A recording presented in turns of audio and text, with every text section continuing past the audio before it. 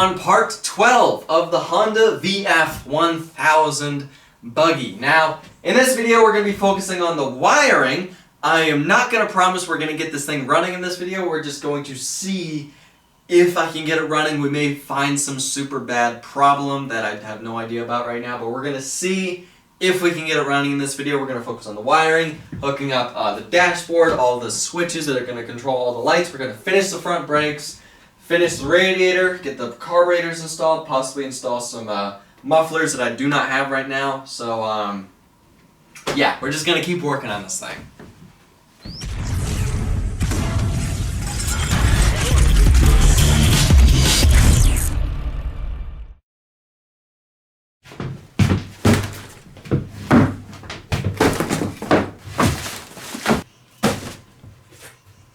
So this should be everything we need, hopefully, to get this engine running, to get this thing hopefully finished soon.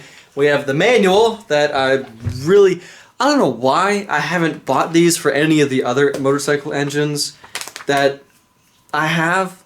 I mean, I could have really used this when I was working on the GS 500. So really glad I have this now for this engine. So we have that. And this is just all the eBay stuff that I've been buying for the last 2 weeks for this engine. Hopefully everything is here that I need.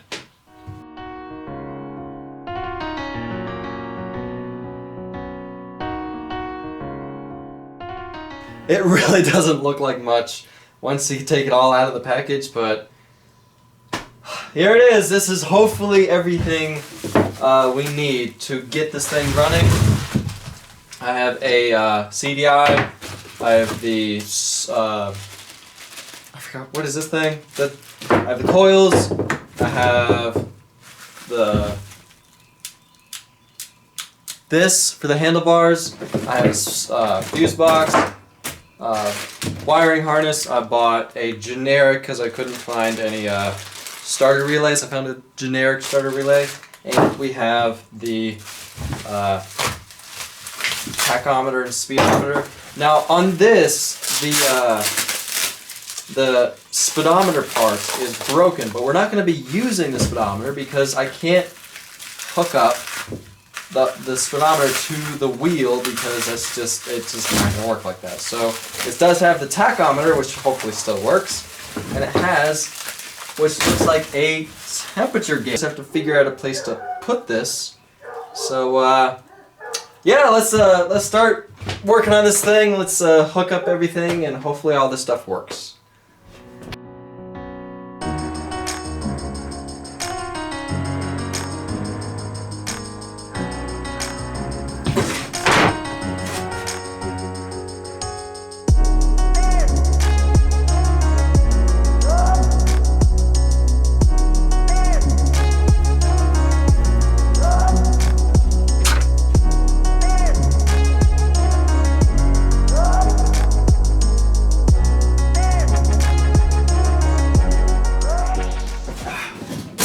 So I cut this out, and I don't like how it is. I don't like how it looks.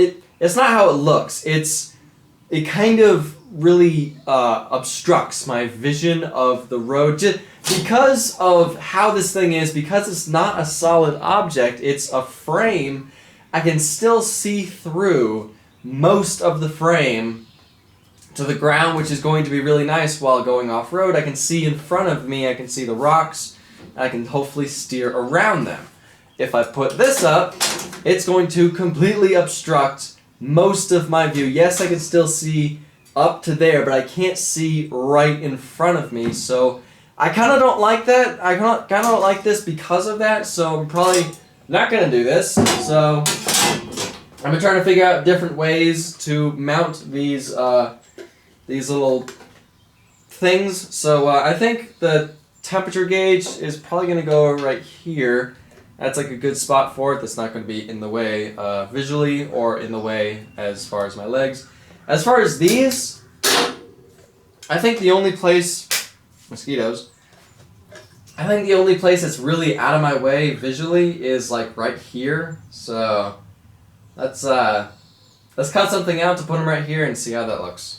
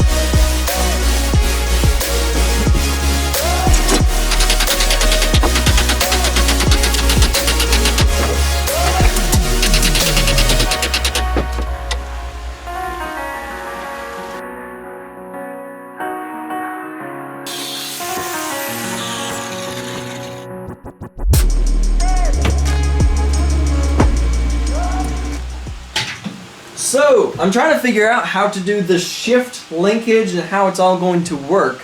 Now, when I built the GS500 dune buggy, I made it to where when you want to shift up in gears, you move the shifter up.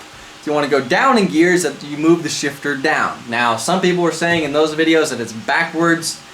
I got used to it, so therefore that's how I built the shifter cart. The shifter cart, you move up to go up in gears, down to go down in gears, so that's how I want to build this. Now, some people are going to say that that's backwards. You're supposed to go up to go down in gears and down to go up in gears. For me, that's backwards. I'm used to the opposite way, so therefore that's how I'm going to build this. So the only way I can do that is by putting some type of pivot point right here. So it's just going to be a pivot point that mounts the frame, and then two arms coming out that do that. And then that is going to allow me to when I want to shift up in gears, I move the shifter up. When I want to go down in gears, I just move the shifter down. So for me, that's simplified. It's how I am used to. It's how I've been doing it for the last, it's how I've been driving the dune buggies ever since I built that thing. It's how the shifter cart is. That's what I am used to. So I know it's backwards. I don't care. So I was also reading the comments about the chain tensioner. Some people were saying that it's not ideal, it's not perfect, it's not going to work. I agree it is not perfect. Unfortunately, there's no other way for me to do this. There's just too much in the way. It's too close together. It's just not ideal. I can't move the engine down because of the frame right here. I have to redesign that. I can't move the sprocket up. I would have to redesign that. It's just, this is how it happened. This is how it's going to have to work. This bushing, or the chain tensioner wheel that I made, it's not made out of metal. I know some people were confused about that. It is actually made out of not styrene. What is nylon? Not nylon. Teflon. It's made out of Teflon, which I know is the wrong material, but I don't have the right material right now. And this only took me like 5 minutes to make. So once that wears down, I'll make it out of the right material, whatever material that is. I may have to make it out of metal or aluminum, just because of how much stress is going to be on there. But once we get this thing running, we're going to see the weaknesses and see what I have to change. And you know, if I have to redesign anything, it's no big deal. It's what happens when you build something from scratch. So anyway, enough rambling. Let's start on the shift linkage and see if I can make that work.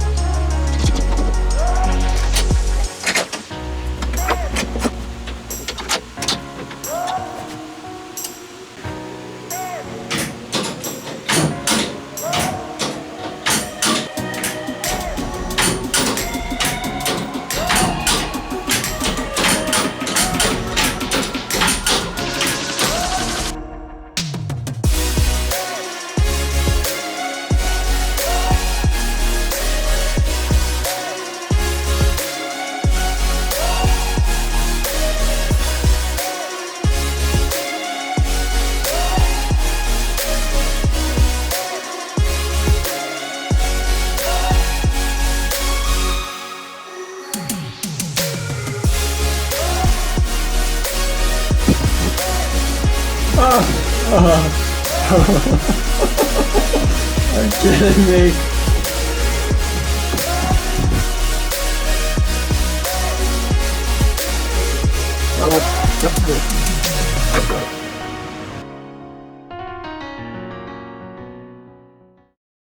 Yes, I'm oiling the O-ring before putting this on. I semi know what I'm doing.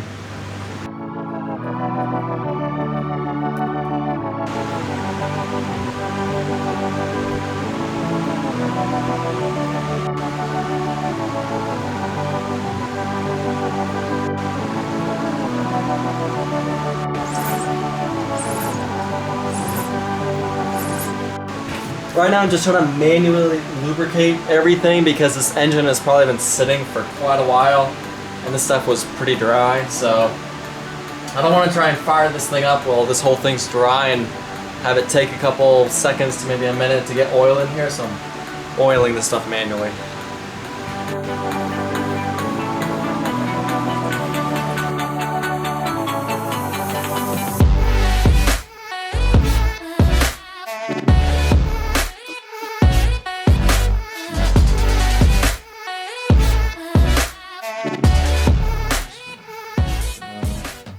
Oh! Oh, we got some lights! We got some lights! It's actually working. So, that means it's on. So, I figured it out. All I had to do was connect the clutch switch, which is green and red. And now, it actually... Yeah! It turns over! And it has a spark! I don't know if you can see that. Can you see that right there? There's a spark! So, this is turning it over with the spark plugs in it to see how it sounds.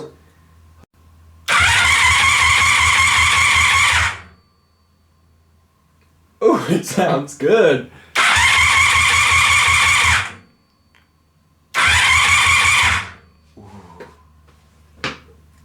I should probably do a compression check, but nah. Alright, you talked me into it. Let's do a compression check. Let's just do it on one of the cylinders though. Can you see it?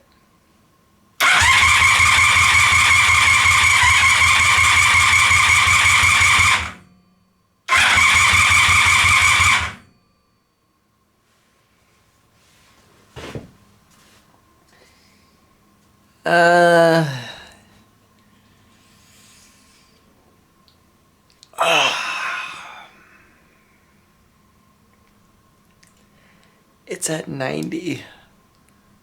Oh no.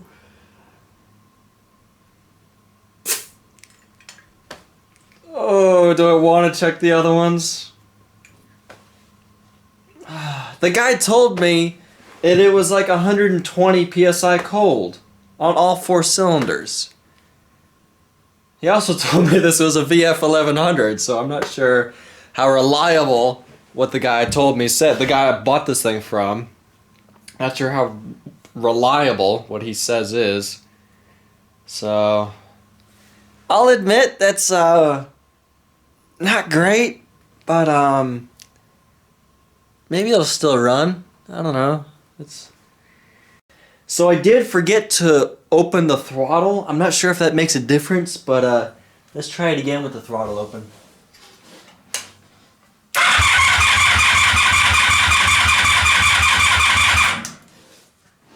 Oh! Yeah, I'd say it makes a difference. I'd say that makes a big, big difference. Look at that. It's above 150. I was about to be very, very, very disappointed. Before it was at 90. Now it's at above 150. So I'd say that is a lot better. Yeah, I was, I'll admit, I got really discouraged right there. But should be good. So I kind of want to hear this thing kick over maybe a couple times just to see if everything's working properly before I wire this entire thing up. So bought some starter fluid and I also charged up the battery. So let's see if this thing will fire up hopefully.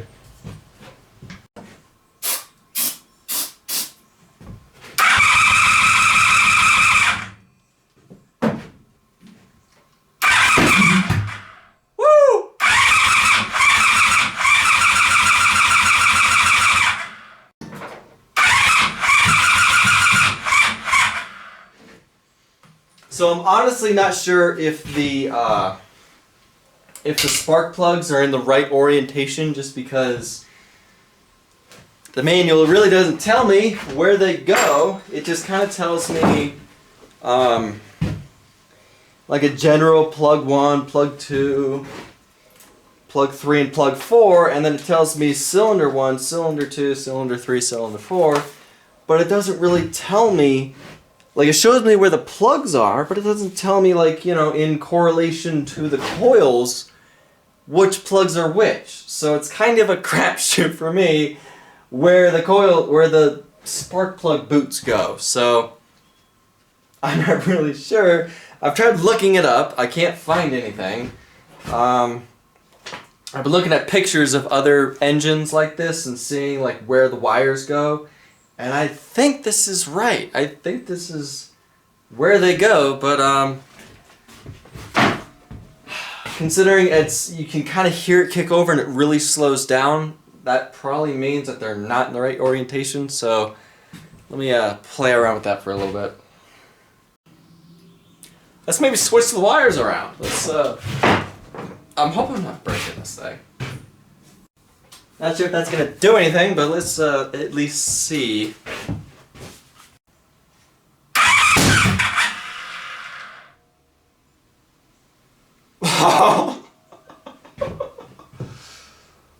Wow. That was loud.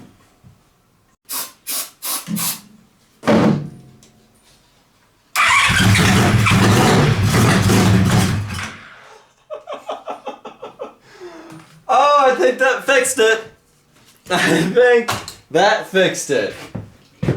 Ooh, it sounds good.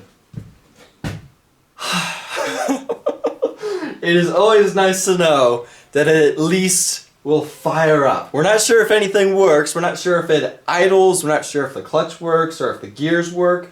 But at least it will fire up. We at least know that. So that's a relief.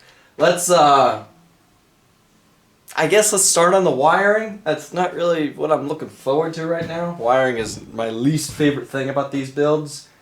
But I guess let's start wiring up everything.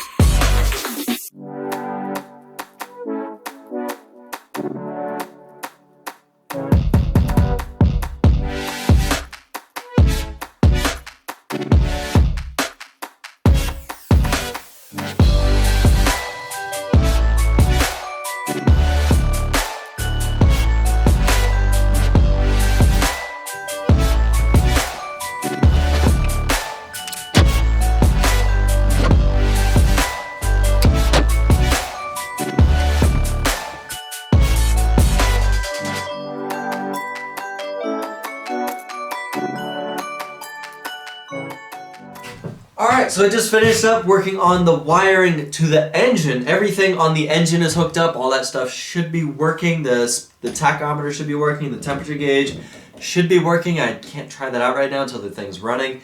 And we also bought a cheap speedometer, just a GPS speedometer. So let's see how well that thing works. So all the engine stuff is hooked up. These aren't hooked up yet. These are just going to be controlling like a radiator fan, the headlights, the roof lights, the tail lights, whip lights, all the other random stuff that I'm going to be putting on here.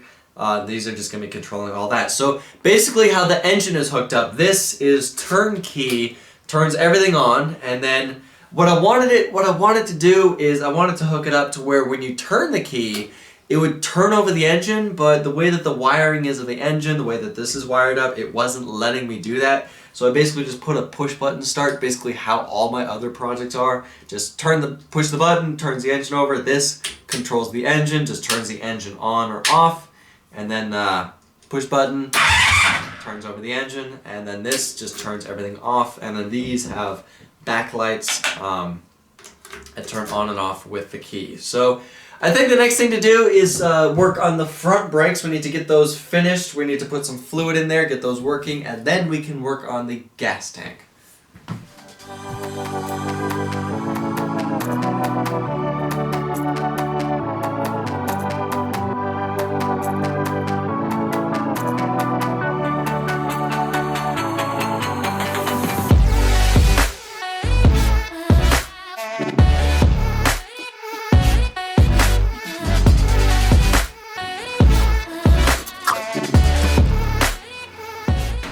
Alright, I think it's finally time to see if we can get this thing to run.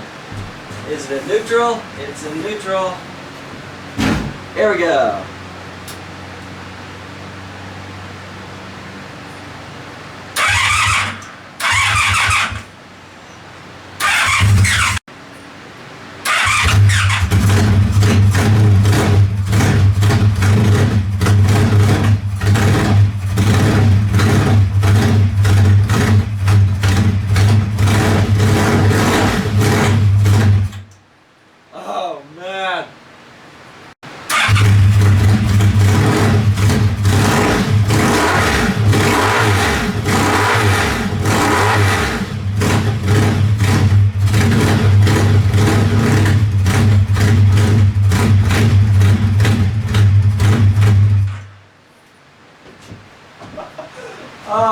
something is smoking. Hang on, let me, what is smoking? Let me turn up the idle just a tiny little bit. It does smoke a little bit, which is kind of, I'm not sure what that could be.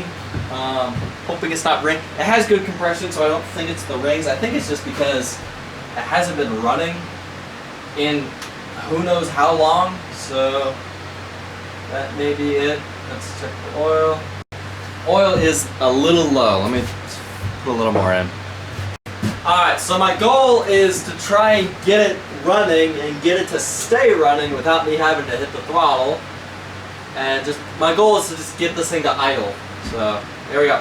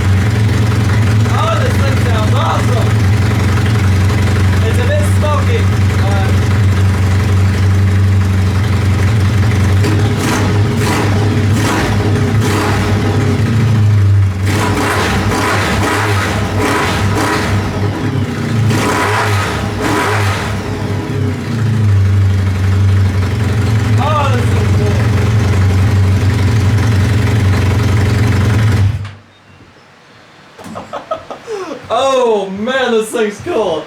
It is really smoky in here right now.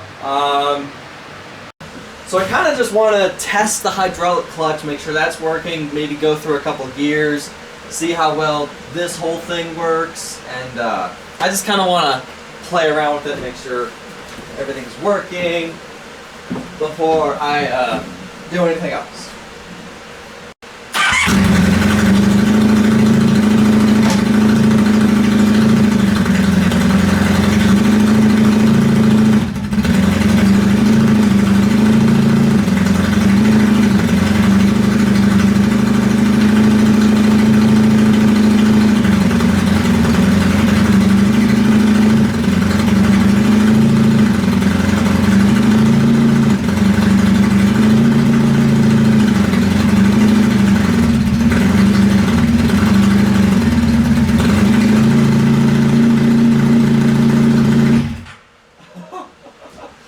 Yep, seems like everything's working. Clutch is working, the rear brake's working. I didn't hear any really terrible noises. There is that. I don't know if you guys can see that. All that play is in the U-joints. So I don't know if they're bad U-joints, they're brand new. So it's kind of, again, something that, I don't know, is it normal? I don't know. So, I know you guys really want me to do a test drive of this thing. Trust me, I really want to test drive this, but it's Friday night right now. It's like 9:30 at night, and I do not want to be running this thing anymore. I've kind of been running it for a little bit, and it doesn't even have mufflers on this thing, so it is kind of loud. So, I will be doing a test drive, possibly in the next video of this project. But I think we just need to do a couple more things. We need to install some mufflers. Let's finalize the radiator, get the fan on there. Let's hook up the gas pedal. I need to do that. I haven't done the gas pedal yet. We need to finish the gear shifter. We need to make sure everything's working. And then we can do a test drive. So that will be in the next video of this project. So I will admit this engine kind of started smoking really badly when I first fired it up. Kind of a little concerning, but I think it's just possibly just it has sat for who knows how long. Maybe just had to burn something off. If it continues to smoke, then that's going to be a concern. But if it stops, I think it's fine. I think it's just, you know, who knows how long this thing's been sitting. So I'm hoping I'm hoping it's gonna stop smoking, you know, once I continue to run this thing, but who knows. So anyway, so the next video is going to be or working on more of the wiring, hooking up the headlights, hooking up the top lights, hooking up the rope light or the whip light, and just working on this thing, getting the mufflers installed, building a gas tank for this thing. I definitely need to build a gas tank, and then possibly doing a test drive of this thing, seeing how well this thing performs. But anyway, I gotta end this video here. I have to thank Go Power Sports for sending me the parts I use for this thing. Almost everything you see here, I'll be posting the links for all this stuff in the description below. I also have to thank Auxbeam for sending me the lights for this thing, the headlights, the roof thingy lights, and the whip light for this. We'll be hooking that stuff up in the next video. But for now, I gotta end this video here. Thank y'all for watching. I'll see ya in the next video.